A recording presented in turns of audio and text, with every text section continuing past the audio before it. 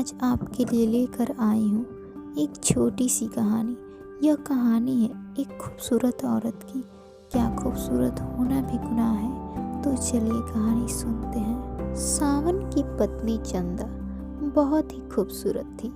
उसकी हुस्न की बातें आसपास के गांव में मशहूर थी। चंचल और मासूम सी सूरत, झील सी गहरी आंखें, चेहरे की चमक बिल्कुल चांद जैसी थी। होठ गुलाबी, जैसे मानो कोई शहजादी जमीन पर उतर गई हो। लेकिन उसकी हालत उस चिड़ैया जैसी थी जो एक पिंजरे में कैद हो, वह वहां से निकलने की ताक में हो। सावन उसे घर से बाहर कहीं नहीं जाने देता था। उसको हर पल घूंघट में ही रहना पड़ता था। वह संगमरमर की उस मूर्ति जैसी थी जिसका दीदार सिर्फ व सिर्फ सावन ही कर सकता था। गांव में जब भी कोई मेला लगता, गांव की सारी औरतें सज संवर कर मेला देखने जाती थी। चंदा का भी मन ललचा उठता था बाहर जाने के लिए, लेकिन सारी इच्छाएं मन ही में रह जाती थी। सावन दिन भर खेतों में काम करता था।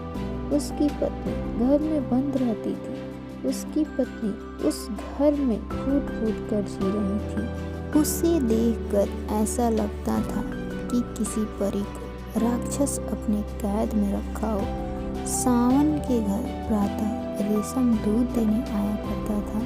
चंदा घूंघट में होती तो वह उसका चेहरा देख नहीं पाता था और न ही वह कुछ बोलती। दूध लेती और वह जल्दी से आंखों से ओझल हो जाती। एक दिन सुबह जब रेशम दूध देने आया, वह आंगन में इधर उधर टहल रही थी। उसका घूंघट अच्छे से उसका चेहरा छुपाया हुआ न था। उसका बाल भी बिखरा हुआ था। जब रेशम ने उसकी सुंदरता देखी तो वह उसे देखता ही रह गया। चंदा इस बातों से बेखबर थी। उस दिन भी उसने पहले की तरह दूध लिया और अंदर चली गई। उसका ऐसा सौंदर्य देखकर रेशम पागल सा हो गया। उसे हर पल चंदा का मासूम सूरत दिखाई देने लगा। वह मन ही मन उससे प्रेम करने लगा।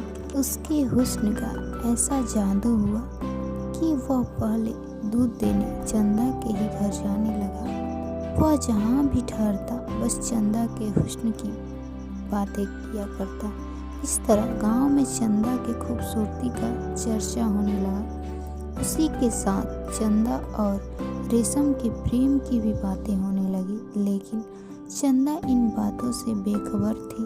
उसने रेशम के बारे में ऐसा कभी महसूस भी नहीं किया था। यह बात आग की तरह फैलती गई और सावन तक भी पहुंच गई।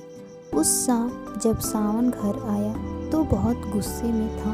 उसने चंदा को आवाज़ लगाई। चंदा अपने बालों में तेल लगा रही थी। बता उस रेशम के साथ क्या चक्कर चल रहा है तेरा? बड़ी प्रशंसा कर रहा है तेरे हुस्न का। मासूम चंदा को कुछ भी समझ नहीं आ रहा था। इससे पहले कि चंदा उसे जवाब देती, सावन ने उसके बाल पकड़ घसीटते हुए कमरे में ले गए। चंदा को बहुत पीड़ा हो रही थी। वह जोर जोर से रो रही थी। बहुत शौक है ना दूसरों को अपनी खूबसूरती दिखाने का, ऐसा सावन कहता रहा। लेकिन चंदा रो रही थी, साथ में कुछ बोल भी रही थी, लेकिन सावन उसकी बातों पर ध्यान नहीं दे रहा था। सावन का गुस्सा सातवें आसमान को छू रहा था।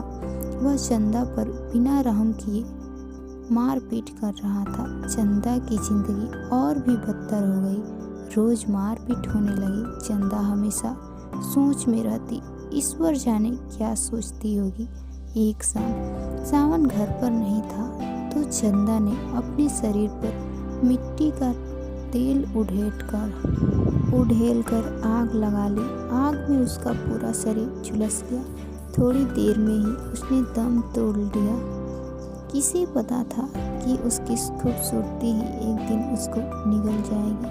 तो दोस्तों, समाज की ये गंदी सोच हमारे घर की लक्ष्मी को चैन से जीने नहीं देती। यह सोच या तो उसे पिंजरे में बंद करवा देती है या तो उसका सौ उठवा देती है। तो दोस्तों, आपको यह कहानी कैसी लगी कमेंट करके ज़रूर बताएं।